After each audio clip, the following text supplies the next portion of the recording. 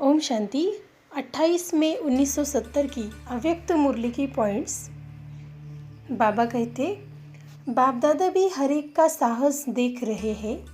अब कोई बात का साहस रखा जाता है तो साहस के साथ और कुछ भी करना पड़ता है।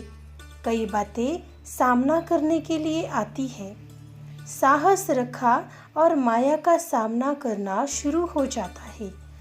जैसे ही हम साहस रखते हैं, धैर्य रखते हैं, वैसे माया भी हमारी परीक्षा लेने के लिए आ ही जाती है।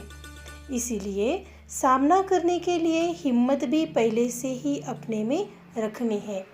जब सामना करने की शक्ति होगी तभी हम हिम्मत भी कर सके। दूसरा पॉइंट है, कोई भी परीक्षा किसी भी रूप में आए तो परीक्षा को पास करने के लिए अगर हाई जंप देने का अभ्यास होगा तो कोई भी परीक्षा को पास कर लेंगे। तो यह हाई जंप लगाने वालों का ग्रुप है।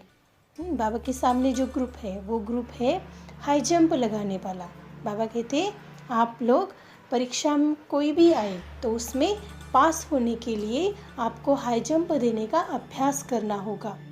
तीसरा पॉइंट है, जो आपके जड़ चित्रों का गायन है कि देवियाँ एक नज़र से असुरों का संहार करती है, वैसे एक सेकंड में कोई भी आसुरी संस्कार का संहार करने वाली संहाकारी मूर्त बनना है। चौथा पॉइंट है, जब कुमारियाँ काली रूप बन जाए तब सर्विस की सफलता हो। जब कुमारियाँ काली रूप बन जाए तब सर्विस की सफलता हो। तो इन सभी को कालीपन का लक्षण सुनाना, सदैव एकरस स्थिति रहे और विघ्नों को भी हटा सके, इसके लिए सदैव दो बातें अपने सामने रखनी है। बाबा कहते सदैव एकरस स्थिति और विघ्नों को हटाना, ये दो स्थितियाँ हमें अपने सामने सदा के लिए रखनी है। पांचवा पॉइंट है, हाई जंप किसको कहा जाता है, उसका पहला लक्षण कौन सा है। हाई जंप किसको कहा जाता है और उसका लक्षण क्या है। उनको अंदर बाहर हल्कापन महसूस होगा, यानी अंदर से भी हल्कापन होगा और बाहर की बातों से भी हल्कापन होगा।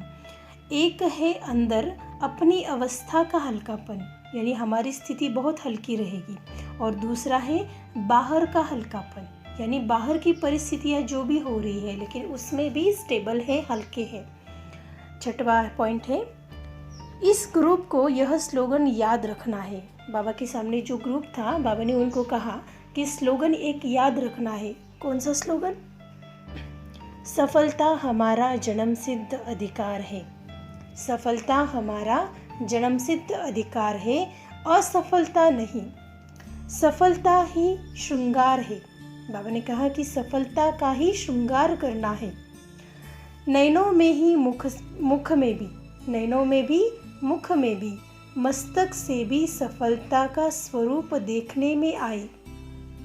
मस्तक से भी सफलता का स्वरूप देखने में आए।